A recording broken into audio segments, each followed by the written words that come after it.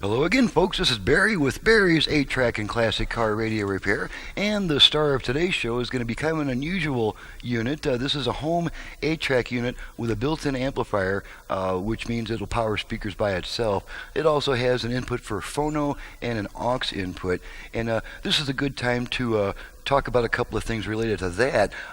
As far as the phono input is concerned, a phono input is an input, obviously, and it may or may not work with other devices such as a CD player, MP3 player, things like that. And the reason for that, I mean, it'll work, but it may sound like absolute crap.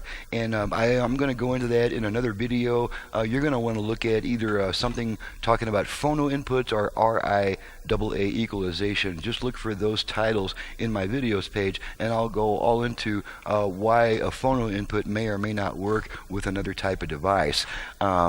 And one more thing I want to point out about these smaller home units that have their own built-in amplifiers.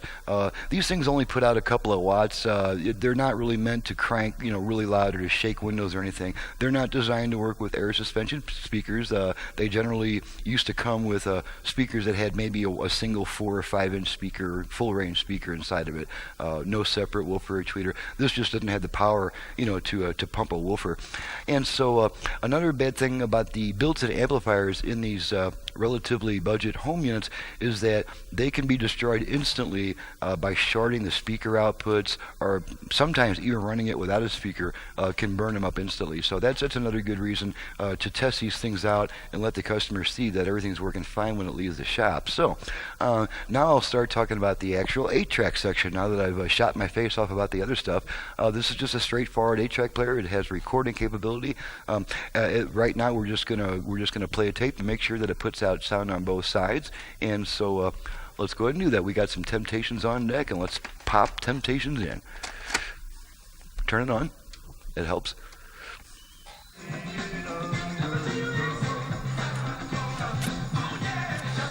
Okay, this one has a separate left and right speakers controls. So let's do left only and right only.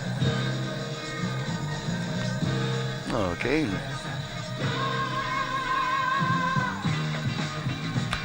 Okay, now we're just going to switch tracks a few times, make sure everything works, and then we're going to make this a short and sweet video and wrap it up.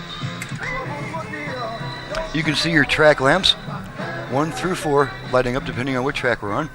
We may be reaching the end of a tape, the end of the track. It may switch tracks on its own, or it'll just start the second song. I'm not sure which. Okay, it's just starting the second song.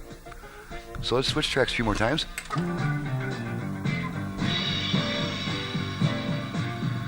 And I'm sure I'll get another notice from YouTube saying that I've infringed on someone's copyright. They are letting me use the copyrighted material. It's just that they can put ads on my posts if they want to. Okay. A couple more track changes, then we'll quit. And this one, this unit is for a Joe in Ohio, is it? Joe in Pennsylvania. Lincoln University, Pennsylvania. Switch tracks a few more times.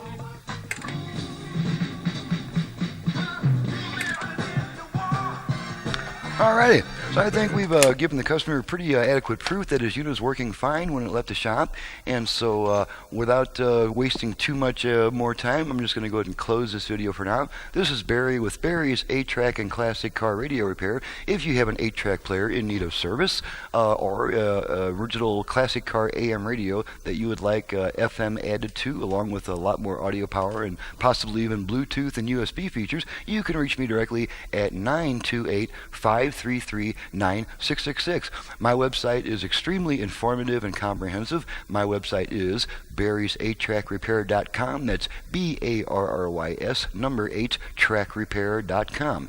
If your memory's not so good, if you're getting to be like me, then you can visit my easier to remember website, and that is classiccarradiorepair.com. Thank you very much for watching and listening, and we'll see you next time.